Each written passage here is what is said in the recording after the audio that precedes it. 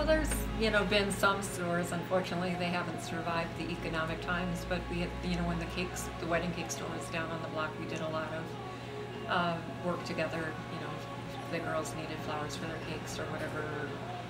A lot of times, generally when people are organizing their wedding, kind of cakes and flowers are kind of in the same time frame, so we were able to work together a lot of times with that, but unfortunately she moved away.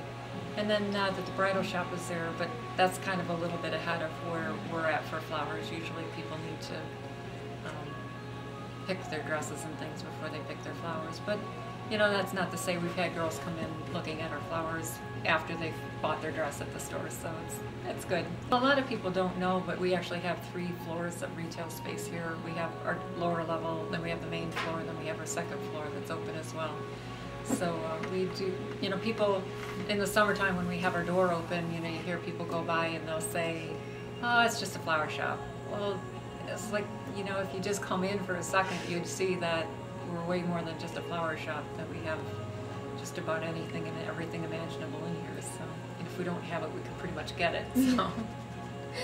And do you have a wide variety of different kinds of people that come into your store? Is there like a specific kind of person that would come in here? No, I think we have a wide variety. We have a lot of kids that come in for this time of the year for prom flowers, and then of course we have people that come in for their wedding flowers, and then unfortunately we see a lot of people for funeral flowers, and we have anniversaries, birthdays, you name it. But fortunately for us, we don't rely a lot on the activity on the square.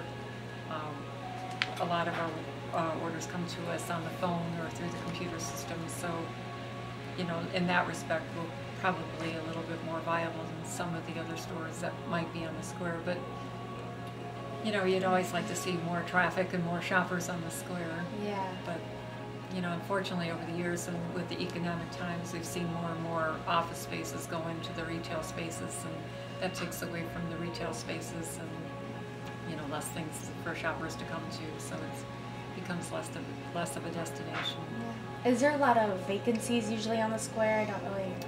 Over the last few years there haven't been, but like I said, those have been kind of filled with office spaces. That we have attorneys on we have insurance company, we have the recruiting for, I don't even know if it's the Army or whoever it is. So, like I said, those spaces that probably would have been vacant have now been filled with non-retail places. So as far as having empty spaces, no, but having retail, we don't have that either. So Little stores that are right. here. I think we've just been located here for so long, and then we actually have an access to the alley behind us, so we have the ability for our delivery vehicle to come and go. So traffic isn't always the greatest thing on the square, but it's not too bad. Do you think that the traffic will hurt your business, or do you think the square is so unique within itself that it kind of gets over that?